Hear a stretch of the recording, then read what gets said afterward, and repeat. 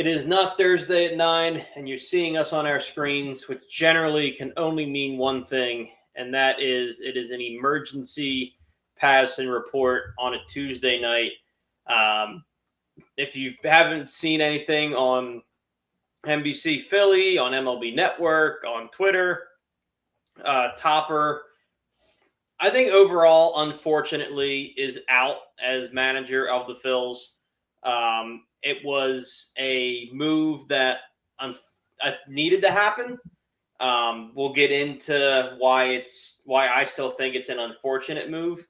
But after just about five seasons, the second winningest record in Phillies history for a manager for over 4 seasons, a World Series appearance, 2 NLCS appearances, and 2 division titles.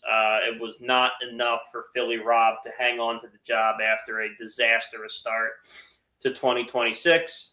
Don Mattingly, whether he likes it or not, will be stepping in to be the interim manager.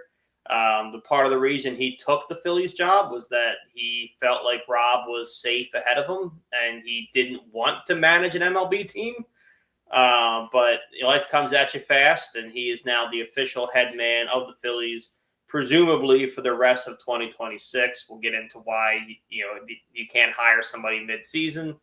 But yeah, just immediate reactions. I know where you lie on Rob this season, X's and O's between the lines, but just give me an overall when you look back at the Rob Thomson tenure. Yeah, I've been clamoring for it for the better half of a year and a half to 2 years now, and it doesn't feel good. It feels terrible. I wish it could have worked out. If any number of bounces went our way in 23, if Craig Kimbrell didn't come in and absolutely blow that game, this Phillies team is forever cemented. Yeah. And, he really invigorated a spark that no one else could. Joe Girardi it kind of feels like the end of Joe Girardi's tenure right now. It kind of feels like it's history repeating itself. And I think that's what the front office wants, is to give Don Mattingly to give this team a spark. But Rob Thomson is special in that aspect. I've been hard on him. I've been way harder than you on him over the life of this pod. But that's something that he has, just that electricity, to get going. I mean, obviously his pressers don't feel like that, but the players were behind him. You felt that in 22. You felt that in 23, especially almost, all the way. You even felt that in 24 up until the Dodgers series. Like, the players like him, and we'll see what happens with Don Mattingly, but it doesn't feel like that kind of move. It feels like the front office is trying to recreate the magic, but the magic is gone. Yeah, and I think Dombrowski is. I think you're partially right. Look, the difference between 22 and now is, Girardi wouldn't play the young guys. He clearly had his favorites. The players weren't responding to him. There was just this dullness and this almost black cloud over the Phillies. And, you bring Rob Thomson in, and he's a player's guy. I mean, they instantly rally around him. That iconic picture when they all dressed like Rob to get on the plane, you could just see, they just adopted Rob right away. And I think that made them play harder. They wanted to do it for him. All these other great characteristics. And I think, Dave lazily is like, okay, well, the last time I fired a manager midseason, the team immediately turned it around. Let me do that again. But I think it's different this time. Now, it might work, but for different reasons. The guys love Topper. They're not going to start playing better because, thank God, he's gone. There's a fresh voice. We're going to play better now. I mean, a lot of these guys have kind of mentioned throughout these interviews that there is a level of guilt in the locker room of this Topper fell on the sword, but he's not why we're 9-19 or whatever the hell we are. So I think if it does have a positive effect, it's going to be a wake-up call to the players of look, we did this to our guy. Topper, we love him or hate him, he would always go up to the presser, take a bullet for the players, take all the tough questions. I can't think of an instance where even the fans wanted it, where he said, you know what, no, Alec Bohm sucks right now. He always, to a fault, would just go, I think Alex playing some good ball. And as a player, you have to look now and go, part of me got my manager fired. And if that, maybe that will fire them up the rest of the way to, to just kind of look out and be like, look, if Rob can get canned, I can get canned. And it might be a wake up call, but it's going to be different than when Rob came in for Joe. It's not, I don't think there's a lot of joy in the locker room right now. I think it's a little bit panicky, a little somber, maybe in a good way, but it's a different vibe. Yeah, it's definitely a different vibe, but that, it shouldn't go that Rob is blameless for all this. There are many high leverage situations. X's and O's, you mentioned it earlier, the X's and O's. That's where I was really harping on him these past couple of years, because every high leverage situation, it seems that he made the wrong calls. Yeah. Now, pointed that in the playoffs, well, whether, I'm trying to think of a moment. I mean, the Kimbrel stuff. The Kimbrel one is it's top of the list. It's top of the inexcusable. You could also argue the year before that, asking a freshly out of AA Kerkering to become probably your third highest leverage man in that too Arizona series was a beautiful story. Hitter, but that's kind of Dave too. Rob did have a lot to work with, but he also had the best of Rob is believing in his players and them showing the world and him why. The worst of Rob is blindly believing in his players after they've shown the world why you can't. Yeah, you pretty much hit that one on the nose. And also, did you get to see any of Dave's presser today? Yeah, fuck that guy, respectfully. I hope the next time Tim Kelly goes out to a bar, he's not buying his own drink. Because he asked the right question. It was shout out to him. He asked exactly what you should ask in this scenario. It's what Kyle Shanahan got asked over the weekend with John Lynch about, hey, why do you reach so much? These reporters are asking the right questions, and they're getting laughed off for asking the questions that people want answered. It's ridiculous. Yeah, if I'm a fan, and it could have been an easy question. Look, would I have loved an in-depth answer? For sure. Do I think I was going to get one? No. But it could have been easy. The question, for those of you who are unfamiliar, is for fans looking in right now, the manager's fired in April. What should we as fans be able to put stock in this organization? Why should we believe you? Why should we believe Don Mattingly? Why should we trust you? And instead of even a bullshit answer of, look what this team's done in the past few years. We're a 90-win team. The talent's still there. You could lie to us and those. But the fact that he just went, that's a media question or something like that, where I'll let you guys write that story. It's no, that question deserved an answer. Yeah, he's gone after this season. Make no mistake. I think this is his last ride with this team, because there's no way he can hire another coach. Yeah, no way this turns around either. I don't think it's going to turn around. I don't either.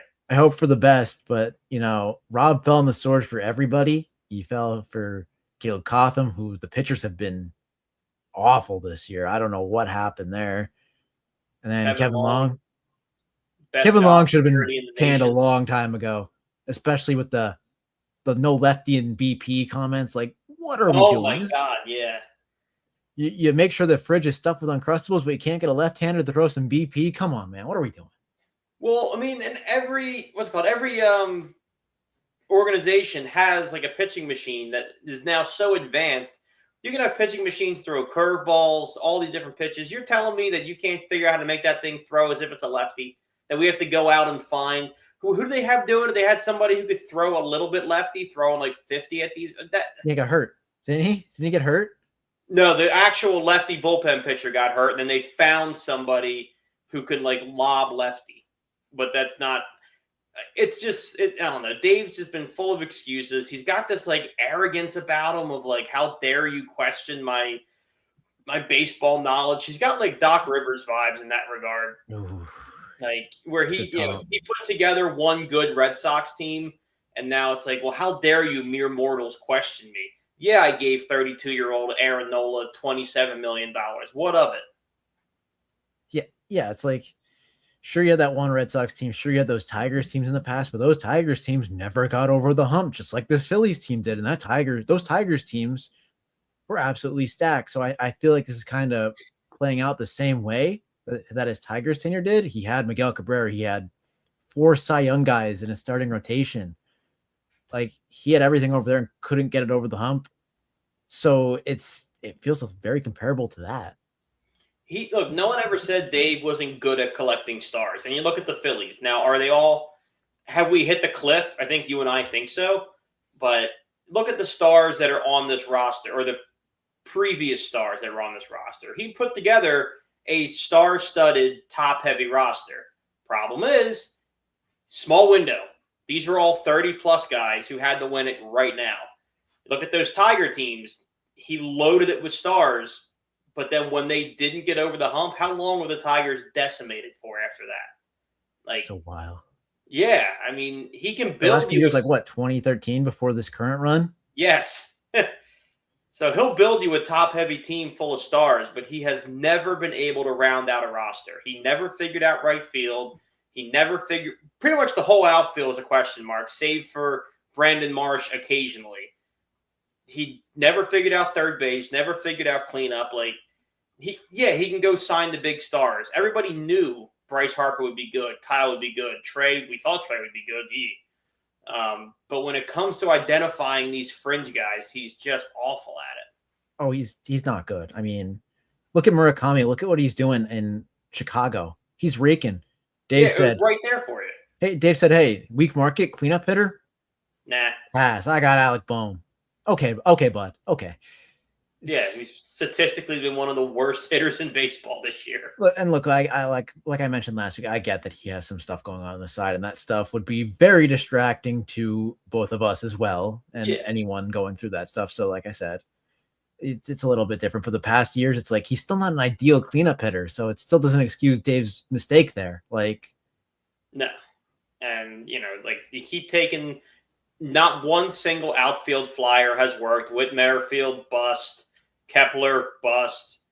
Dolis Garcia, the jury's out on, but it's not looking great at the moment. Like, he never was able to. I don't know. We're going on in the circle, but he's good at star hunting. He's terrible at filling out a roster, and the Phillies have suffered from it. And eventually, the stars weren't going to be good enough to make up for it, and it seems like eventually might be 2026. Look, when you have someone that can't fill out a roster like Dave Dombrowski, and you have someone on the staff like Kevin Long who can't develop hitting talent, it seems like a recipe for disaster. That's what it is. I mean, it feels like we're going to talk in circles again of, who hasn't developed. None of these guys have really developed. These guys were all developed coming in, like Kyle, like Bryce, like Trey. They were all good coming in here. JT as well. Who has he developed? Absolutely nobody. Scott's gotten worse. It's terrible. Rob fell on the sword for this guy. It stinks that it has to be this way, but man. Yeah, I mean, like you said, Bohm's regressed, Stotts regressed, Marchand's regressed. I mean, he's almost unplayable right now. And there was a time, 2 seasons ago, we were clamoring to get rid of Stubbs because Marchand looked like he had the stuff to almost split time with JT. Now he's, like I said, he's borderline not even a pro. It's just discouraging to see, the little bit of talent that we did have and could count on has regressed to a point where, Stott's a platoon guy. Bohm's one of the worst hitters in baseball. JT still has to catch heavy innings because of what we're getting out of Marchand. Like, it's just a sad state of where these young guys ended up. Yeah, it's a terrible state where they ended up. And like I said, that's partially on the staff, partially on the GM, partially, on Rob. Like you said, not blameless in the situation at all. No. He is a player's guy, but he didn't strike me as the most inspiring dude when he talked. Maybe that's just his cadence of speaking. I'm not one to judge. I'm not in the locker room.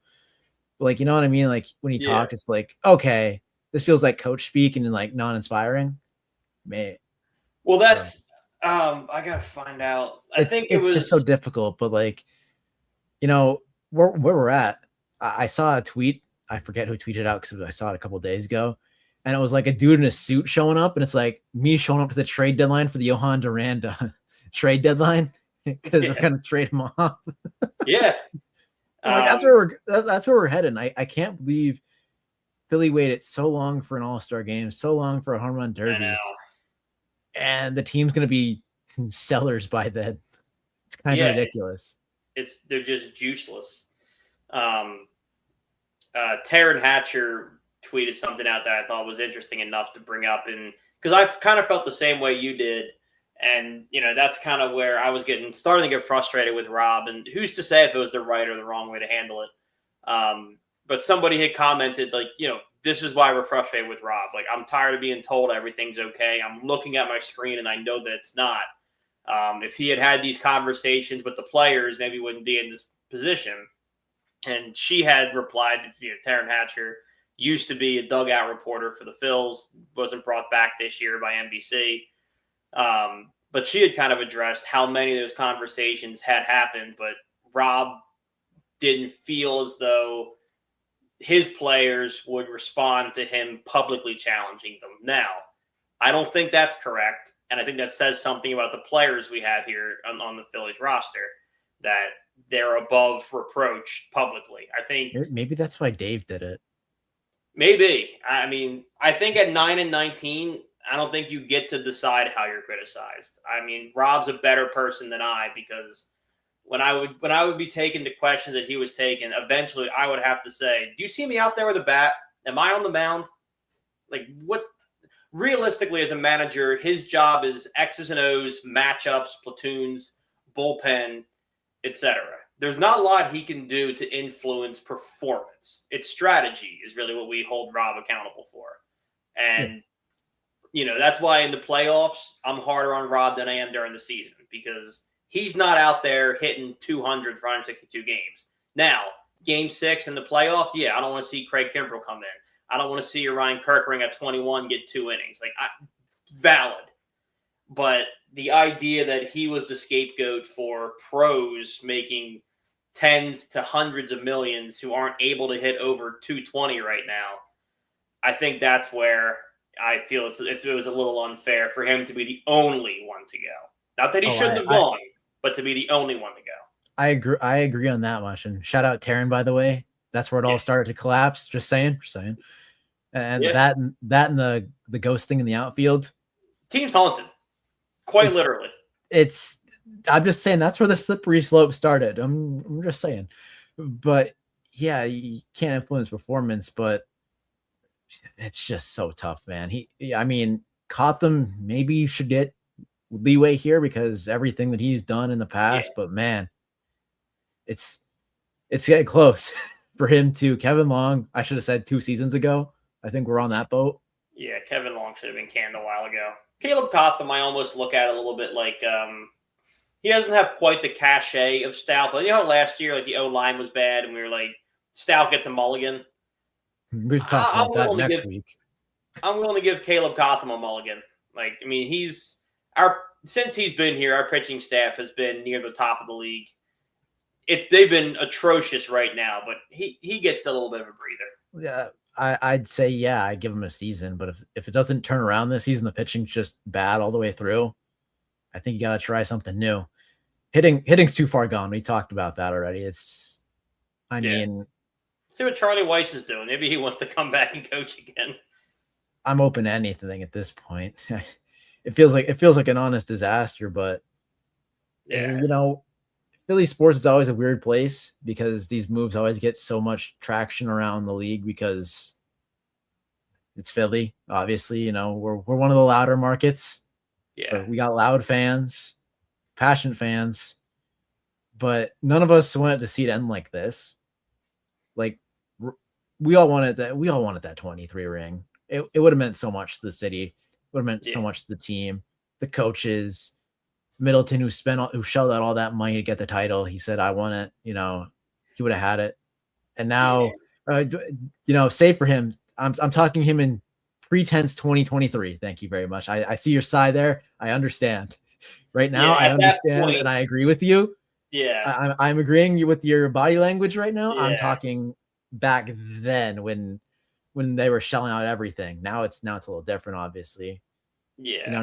Now they're replacing logos and not signing anybody, but hey, who am I to judge?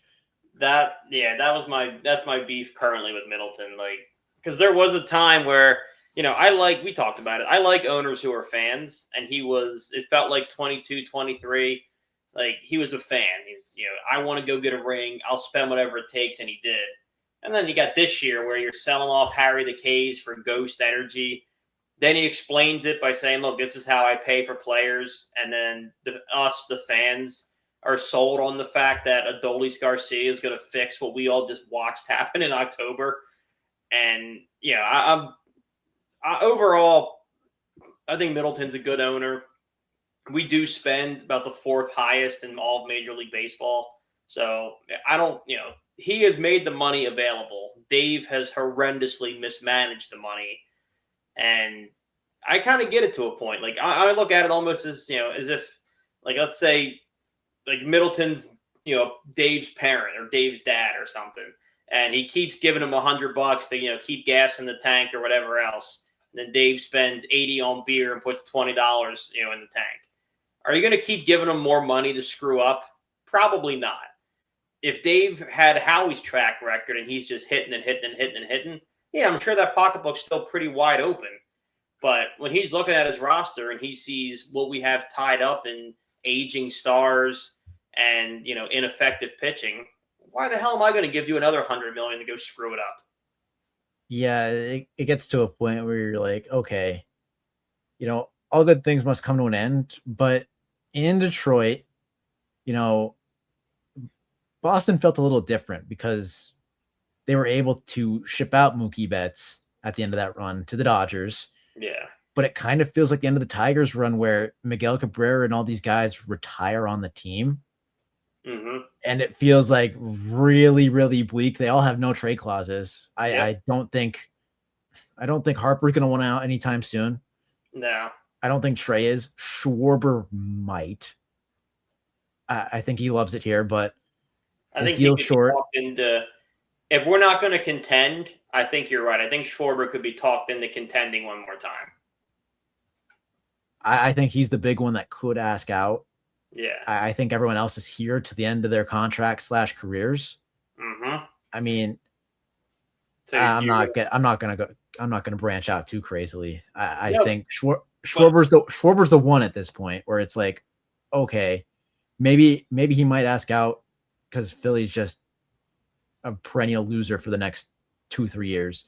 And then, maybe we trade Duran at the trade deadline for a huge package, the reverse Dave, because the reason why we're in this mess is because Dave does, you've said this before many, many times, Dave doesn't address the needs. He goes out at the trade deadline, trades for someone that doesn't impact the team at all besides Duran. I'll give him that one. Trades for someone that doesn't greatly impact the team, packages a top 15 prospect, and that's why we're a bottom 10 farm in baseball. It's just the simple facts. He's mismanaged almost every asset he's been given. Like I said, he was given Bryce. And Bryce wanted to play with Trey, and I assume Kyle. So I assume he kind of lucked into that one. Yeah. He didn't make the trade for Sanchez all those years back with the Rays. The only move he has under his belt that has greatly benefited this organization is Jesus Luzardo. Like, that's it. Yeah. That's and Duran, of course, like I said, but yeah. No, you're right. And it reminds you of those Tigers years. It also, if you don't watch, non-Phillies baseball, this shouldn't feel all that different from the sun setting on that 2008 team where, by 2012, Howard's on the back end of a bad Achilles. J-Roll's getting older. Utley's getting older. The pitching staff's mostly broken up. And, you end up selling off, Rollins and Utley for pennies on the dollar. Howard never really plays important baseball anywhere else ever again. And you're left with, now that group got a ring and we remember them differently because of it. But absolutely. This group is going down that same path where, Trey looks slower than he has previously. Aaron Nola's a shell of himself. Like, you have these guys that you held on to and squeezed everything you could out of them. But then on the other side, without a ring, there's no value. Like, you're right. These guys are going to retire as Phillies with nothing coming in to replenish the coffer. And, I mean, we all remember what it was like 2013 to 2022. I don't think it's going to be that long, but we've been down this road. We've been down this road before, and here's the thing. we got people, or we got teams to take Jimmy Rollins and Chase Utley for, like you said, pennies on the dollar. I don't think that's going to happen this time around. I'm just want to make sure I'm double checking when Trey Turner's contract runs till. I know it's long, so I wanted to get the date right. I think we had 7 It years runs left. till he's 40 in 2023 or 2033. My bad. Yeah. No one is going to take that contract, even if he wants to get out. No. We're stuck. We're stuck with Harper. We're stuck with Trey. We're not stuck with Schwarber if he wants out. If he wants out, he's still playing at elite level. You're stuck with JT. You're stuck with. We're absolutely stuck with JT. Yeah. But that's a shorter level contract. We still have 7 more years on this Turner contract. Yeah. We're going to enter another era of Philly's dark ages that's even darker than 2012 and beyond, unless Andrew Painter develops into an ace. Aiden Miller is the guy that we talked about, and that's, like I said, that's unfair pressure to put on these guys because these veterans should have produced. They should have won a ring. And now it's on the young guys to say, hey, we're going to usher in a new era of Phillies baseball, but it's just us. Like, there's nothing else around us because the salary cap, or not the salary cap, well, maybe the salary cap. Who knows what's going to happen there? Yeah. But the books are too loaded with $40 million to Harper, $30 million to Trey, however many million to Schwarber if he's still here, $27 million Nola for as long as his contract runs. Like, Dave's paying $50 million to people who are not on the team. Paying $50 million to Taijuan Walker, Nick Castellanos, and that bill is going to get a heck of a lot higher if this team doesn't A, turn around, or B, get some people to be traded. Like, no one's going to take these contracts. No, and we knew that.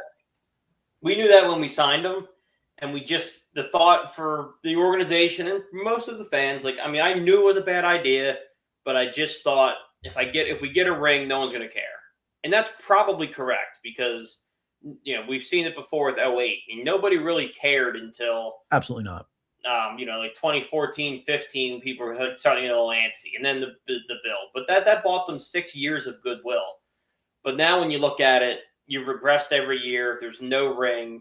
You panic signed a ton of people. I mean, JT was organizational malpractice. He's being paid as the top catcher in baseball, and he probably wouldn't start on over half the teams in the league right now. Absolutely. Aaron Nola, again, was paid as a frontline starter on the hopes that he could recapture something that we haven't, if we're being honest, consistently seen since 2023. Consistently. And we shook a magic 8 ball and said, for some reason, we think it's still in there, that this is the one pitcher that as he gets older, as his velocity drops, he's actually going to get better. And of course, he hasn't. And we're paying, he's probably our number 4 starter, $27 million annually. Thank God. Chris Sanchez has several more years left on his cheapo deal to make the starting rotation even possible. But I mean, it's just organizational malpractice. I mean, I know you love these guys. Aaron Nola meant a lot to the Phillies. You just can't give them that kind of money. That's sunk cost fallacy, right? In perfect action right there. Like, he doesn't have it anymore, but like he was the guy all these years, and we want to make sure we do right by him. But doing right by him and also sinking the future of your team is two separate, totally different things. I just want to know, like, in this moment, how does Zach Wheeler feel? Because Zach Wheeler was away from the team, rehabbing and everything. And now he's going to be walking into a ball club that is floundering and has a big red sign up like at an airport that says Wheeler safe, like, help us, like, like one of those big signs. I think if you're Zach, if I'm Zach Wheeler, this year is a tryout for the Phillies to see how much more of my time they're worth. Obviously, he came out end of last season. Well, when he signed that extension and said, this is the last extension I'm signing, which runs out I believe it's the end of the 27 season. So he really has all the leverage here. He could look and see, hey, this team's a dumpster fire. We're heading into some dark years. The way my body's feeling, the Cy Young's probably not going to happen for me. I'm going to ride off into the sunset. Wouldn't blame him. No. Or, let's say the next 2 years he looks like old Zach Wheeler. Maybe he does what Justin Verlander does and just ring chases for 1-year deals until he gets one. Go for it, Zach. I'll be happy for you. But he has the most flexibility of any of our frontline guys because he's got to ride this out for a year and a half, and he can do whatever the hell he wants to do. Yeah. My analogy was sort of like the one where you're coming home from like a long trip, and it's a bunch of people like with the welcome home signs. Yeah. And it's just the Phillies teams like, please come back, Yeah, give us something. Give us something. They need anything, but it's just so hard, man. Like the future feels bleaker than it did in 2011 and 2012 when that window winded down because like we said, we at least got, we didn't get assets back for any of those guys, but at least got off the contracts and they played for other teams. And yeah, I don't know if we're going to be able to shake these. I think Schwarber's the only shakeable one. I don't want to shake it. And, like it's such a bad look for the team, the city, with everything, we talked about it 2 weeks ago or a week ago that this summer was supposed to be like the ideal Philadelphia summer with the World Cup at the link. You had UFC coming to town. You had all this stuff going on. Maybe a deep Sixers run. I don't think that's going to happen, but they did pick up another win. Maybe a deep Flyers run, and then you had the Phillies, and they're just stinking up the whole joint. I know. It's a shame that we're hosting an all-star game in the year where this team hasn't had less juice in the last 5 seasons. We ain't never getting it back. No. I mean, I'm sure the city will crush it. They're going to show up. Yeah, we'll end it on this one because as many bad things have been happening with Philadelphia sports. Although, said the Sixers did pull out a big win tonight in Boston, 3-2, coming back to the Xfinity Mobile Arena, which is just stupid. But what I will say is at a time where New Jersey is charging people over $100 to get to the games, where New York's closing certain stations and there's like premium ridership, shout out to Philadelphia and SEPTA for keeping the exact same fare to go to a World Cup game as it would take to go to a mid-season Sixers game. I believe it's like $290 to take the Broad Street line into Center City. So, we have that. Shout out to Philadelphia for keeping it real and not overcharging people. Yeah, in fact, I mean, it's going to be a great summer no matter what. The fans are going to show up for all these events, World Cup, UFC, whatever, All-Star game. I do want to know if we'll have to talk about it close to the event. If this team doesn't turn around, but Schwarber's still hitting home runs, I feel like some people are going to boom. I mean, I'm going to cheer if I'm there. I don't know what the plan is, but I feel like some people. We'll get a pity invite, like Harper or Schwarber. We're going to have an all-star. Schwarber's going to get in the Derby. Yeah. If he wants to do it. Yeah. So optically, they're going to have to give us somebody. I feel like some people are going to boo him, and I feel like it's not going to be received well by the fans around them. Hey, get used to it. But we will see what happens with that. That concludes this emergency pod on a Tuesday evening. There won't be a show Thursday, so keep an eye out for us. Next Thursday, regular time, 9:00. Hopefully we'll have some more Phillies answers. The Sixers will be moving on to the second round along with the Flyers in our perfect scenario, but that all remains to be seen. But here in reality, in the short term, that's Ryan. I'm Brandon. This is the Passing Report, and we'll see you next time.